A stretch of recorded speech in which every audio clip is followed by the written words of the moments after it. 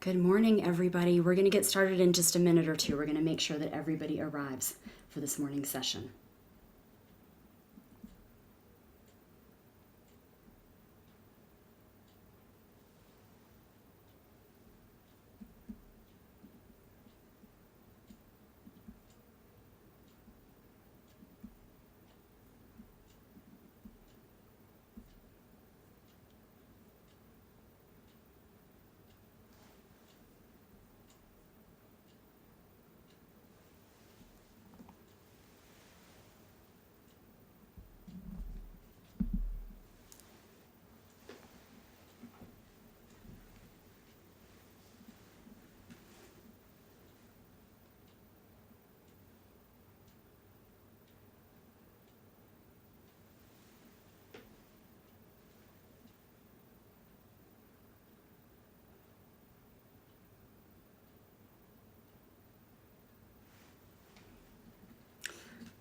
Good morning. Thank you so very much for joining us today for a briefing on the fall 2023 Grinnell College National Poll.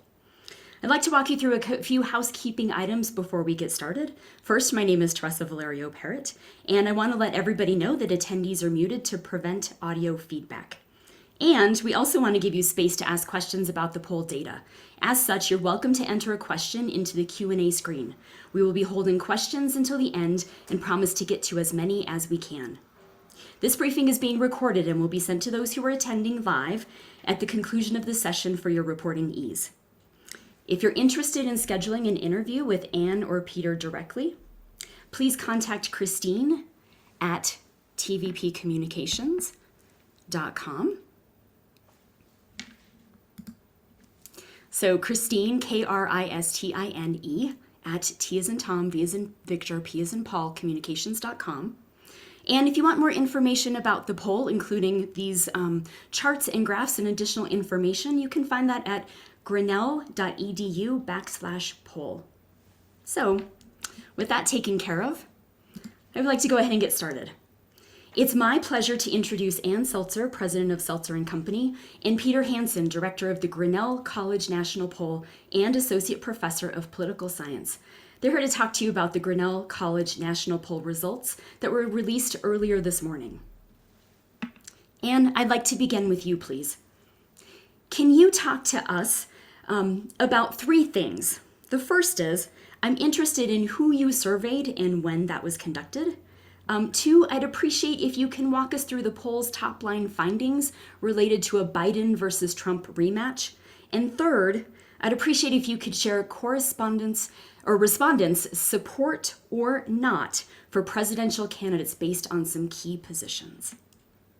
Very good. It's a pleasure to be here, Teresa, and thank you for hosting this.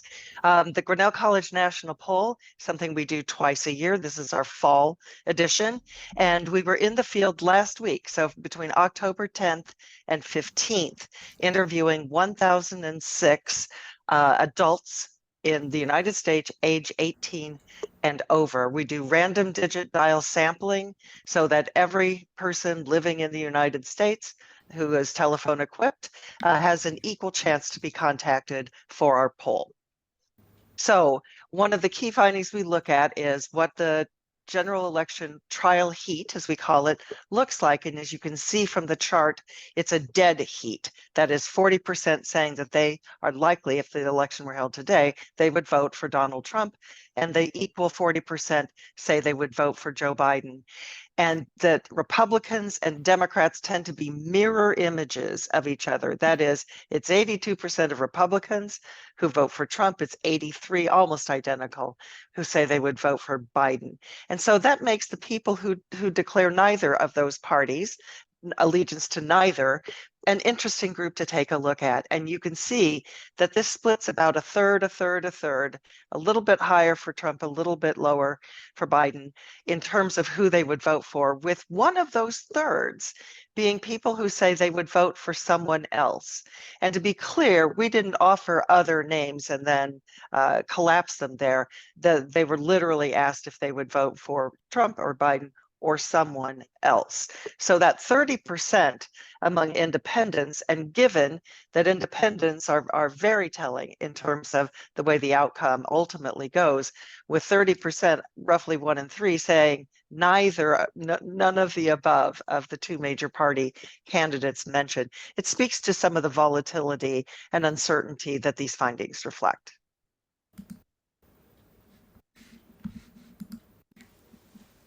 We also wanted to get a feel for the issues that are helping respondents decide, and these are just among, this is among all adults.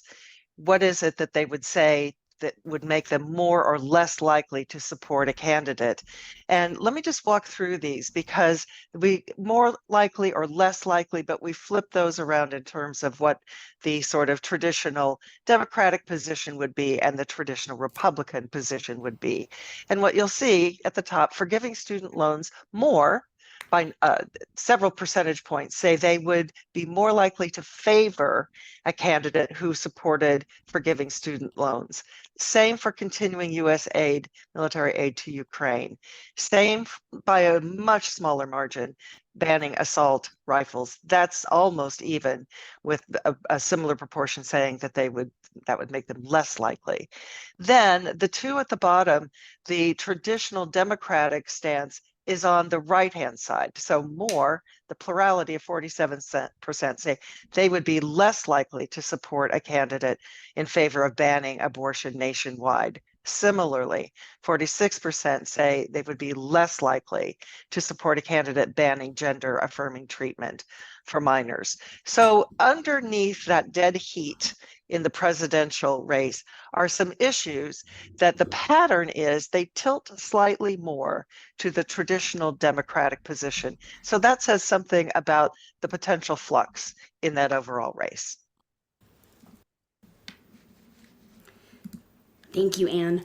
I appreciate all of those comments. I want to turn to Peter really quickly. I have a quick question and then a longer set of questions.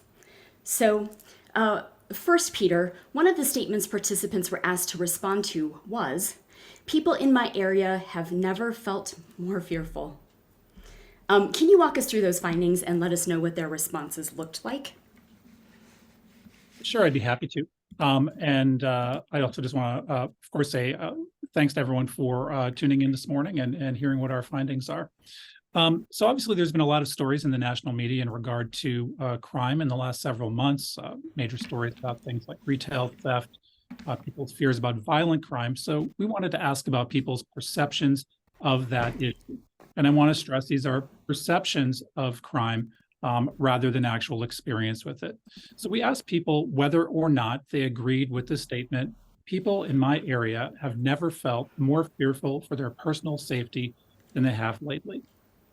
And what we found was that 50% of our respondents agreed with that sentiment. And it's fairly narrowly divided. It's 50% who agreed versus 47% who disagreed with that statement.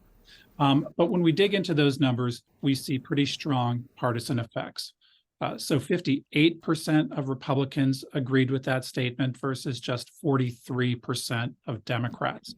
And I think this makes some sense given the political context. We certainly see a lot of discussion of crime coming from the leading Republican presidential candidate, Donald Trump. And that those partisan views, I think, are reflected in our numbers. Perfect, thank you. I'm going to return to a question that I had meant to ask to Anne, and I apologize. And that's about democracy under threat. There was a question that was asked, and it was actually a replicated question. So if you can share with us what you found when you asked this time, and also describe how these results compare to what you found when you asked this previously. Anne? Yeah, and do we have a chart for that, Teresa? We do. We have two for you. There's the first. There we go. So we asked this question 2 years ago in the October 2021 poll and found 52%, so a modest majority, saying they think that American democracy is under major threat. And we thought that was absolutely fascinating. What we found at that time is that that group included more Republicans, higher proportion of Republicans saying that than Democrats. So this time we see what I might call a modest uptick, 57% now saying that they feel that American democracy is under threat.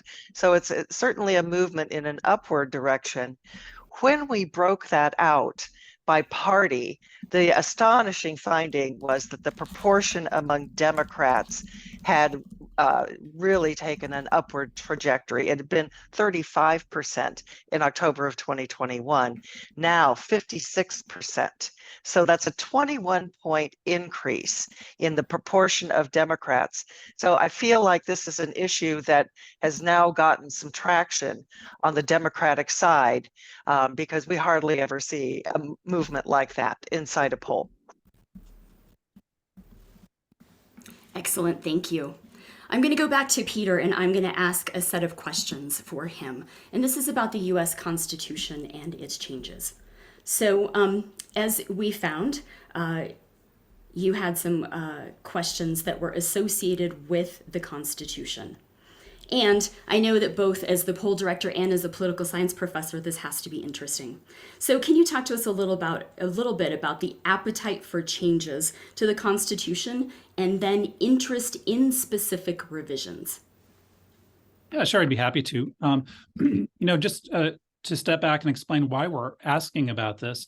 The mission of the Grinnell College National Poll is to investigate the health of American democracy. And we do that by looking at attitudes about liberty, equality, and liberal democratic institutions. And the data we have here, we not only want to release to the public, but of course goes to our students as well. So we'll teach this in our classrooms. Students actually help to write the questions for the poll. They help to analyze the data. And so we really view this as both information we can provide to the public, but use to help student learning here at the college as well. So we felt that we would, one way of assessing the health of American democracy would be to look at the appetite for reforming the United States Constitution. And our findings here were quite interesting. When asked that basic question, when it comes to the US Constitution, do you tend to believe it needs major revisions, minor revisions, or no revisions? We have a small majority in favor of revising the Constitution. And within that, there's a lot of partisan variation. So Republicans actually favor not revising the Constitution, and Democrats tend to be more in favor of reform. But once you start to ask about specific kinds of reforms, then the appetite for change, I think, really becomes apparent. So Teresa, if we can look at that next slide. Yes. We asked about 4 different ways that the Constitution could be reformed. The first, to set term limits on the number of years members could serve in Congress. The second, to set 15-year term limits for Supreme Court justices. The third being to abolish the Electoral College. And the fourth being to limit the birthright citizenship that's guaranteed by the 14th Amendment. And what really struck us as we looked at these findings was when we looked at the 2 term limits questions, we see overwhelming bipartisan support for change. So 86% of our respondents overall want to see term limits in Congress, and that includes 88% of Republicans and 85% of Democrats. There's a little bit more partisan variation in the Supreme Court question, but here again, we see bipartisan support for reform. 60% of Republicans feel there should be term limits on the court, and 80% of Democrats feel that way. For the other 2 questions, there's, again, more partisan variation. We have an overall majority of respondents supporting abolishing the Electoral College, which would mean we would elect the president by a national popular vote. Now, that's only 43% of Republicans who support that versus 74% of Democrats and 59% of independents. So we come out with a national majority, but we don't see a majority of Republicans supporting that position. Similarly, when you look at birthright citizenship, we have a plurality of 49% favoring this limit. That's a pretty strong majority of Republicans, 60%, but only 46% of Democrats favor this change. So we were really struck by these findings. Again, this sort of general support for reforming the Constitution that really masks this intense support for particular kinds of reforms. Thank you, Peter. Just a really quick note for everybody. If you have questions, please feel free to put those into the Q&A box, and we will be asking those at the end. My last question is for both of you. Anne, can you walk us through the findings of a question that asked how those who identify with a party view the other party and their values? And then I would appreciate hearing thoughts from both of you on what the data is telling us.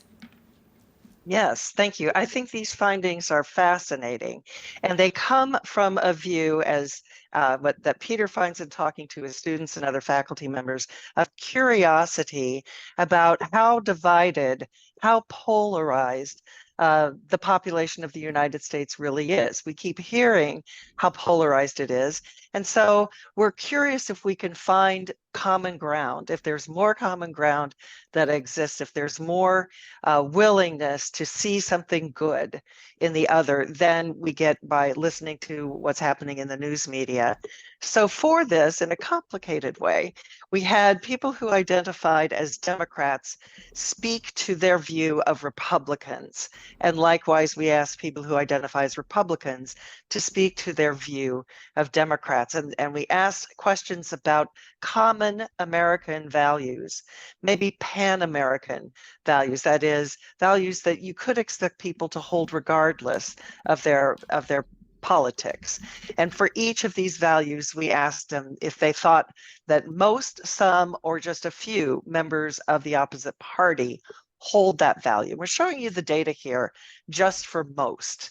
And what you see here is that it is more common in 5 of the 6 items that we tested for Democrats to be more likely to say that most Republicans hold these values, more common than it is for Republicans to say that about Democrats. So valuing freedom, it's almost half of Democrats that say most Republicans feel that way. It's close to half believe in the value of hard work. The Democrats would say that about Republicans. And so and for support for the Constitution, that they want what's best for the country.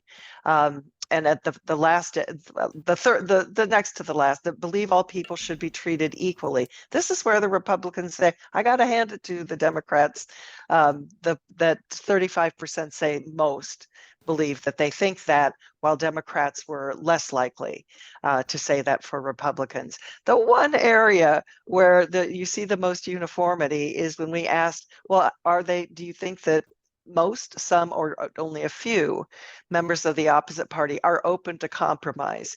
And they're seeing not much of that. So it's just really interesting in terms of trying to decipher and unpack this polarization that we hear so much about. And it is there, but it's not equally dispersed. Peter, your thoughts? And yes, I'll jump in here too. So these questions were designed, to be easy to answer in a lot of ways. We chose common American values, really trying to figure out, could, Republicans and Democrats see the best in the other side? And so, if you look at the options we chose here, value freedom, believe in the value of hard work, support the Constitution, want the best for the country, believe all people should be treated equally. These were designed to be questions that invited really a positive response, because surely we believe our fellow Americans all want the best for the country. But we just don't find that, right? We don't have majorities in any category telling us that they believe most of the opposing members of the opposing party hold that value. Everything's below 50%. And then, as Anne described, there's a lot of partisan variation here, with by and large, Democrats having rosier views of Republicans than Republicans do of Democrats. So we were really struck by these findings, and I think they really speak to the depth of the polarization that we are seeing in the country. Perfect. Well, I'm going to go ahead and open it up to questions and answers from those who are participating. We did receive one that said, with so many polls out there, with so much data to process, what is the most important takeaway that people should have related to this poll?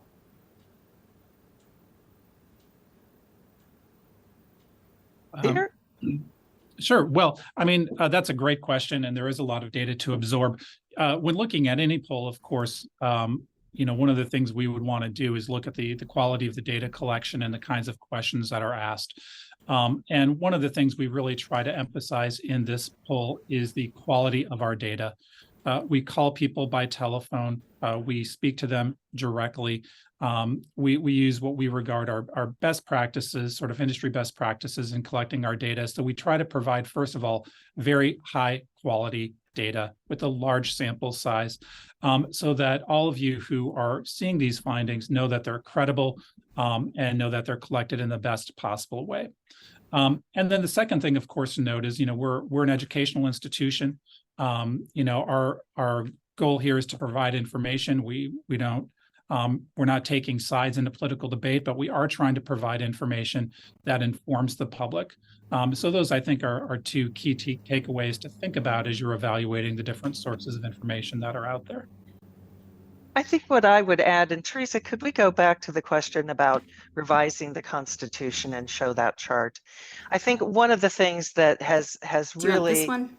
the one just before it, and then we'll come back to this. Perfect. Right. So if you look at the overall numbers in terms of what Peter called an appetite for changing the Constitution, there's not a lot there's a small majority that would say, okay, yes, some, either a lot or a little, but there's some differences bipartisan. So overall, you get kind of modest tolerance for making changes to the Constitution. The next slide shows you something we hardly ever see in polling about political issues, and that is uniformity, almost near unanimity in that first question about whether they favor or oppose setting limits on the number of years that members of Congress can serve, with virtually next to no variation by party. As for everything else that we've shown you here, you saw a lot of differences in party. So this, to me, is a meaningful takeaway about where Americans are in terms of thinking about what's happening in Congress and seeing that there need to be some guardrails put up to prevent what's now happening from continuing to happen. That's an important takeaway for me. Other important takeaways from either of you? Any last minute thoughts or additional context you think would be helpful? Obviously, there's a lot of interest in the 2024 presidential race, and sort of the top headline that we show is this tied race. But when you look underneath the hood there, we've got nearly 20% of voters who would say they would vote for someone else. That's just a tremendous amount of volatility. It's really very difficult to say from this standpoint in time how those voters might break. So as close as it looks, we really have to be paying attention to what those voters who say they'd prefer to vote for someone else are going to do. I will also add on that note that, the crosstabs are available on the Grinnell website, so your audience can take a look at this. The gender gap is always interesting to me because it's been happening to a different degree across decades, but it's an exact mirror image. That is, it's an 11-point advantage for Trump among men. It's an 11-point advantage for Biden among women. And I think, some of these men and women live in the same household. So I'm always interested in how exactly those conversations are playing out and how that goes. Well, thank you both for your time today. That was really, really insightful. I appreciate that. So I want to make sure that if attendees have any additional questions, they know where to send those and how to reach out to us. A reminder that you can find all of the poll materials, as Anne was just saying, including crosstabs, charts, and other resources at grinnell.edu/poll. And if you want to submit any additional questions or you would like to have an interview with Anne or Peter, please reach out to Christine Maloney at Christine, Kristine, at tvpcommunications.com to schedule an interview with them. And with that, Have a great day, everyone. Thank you.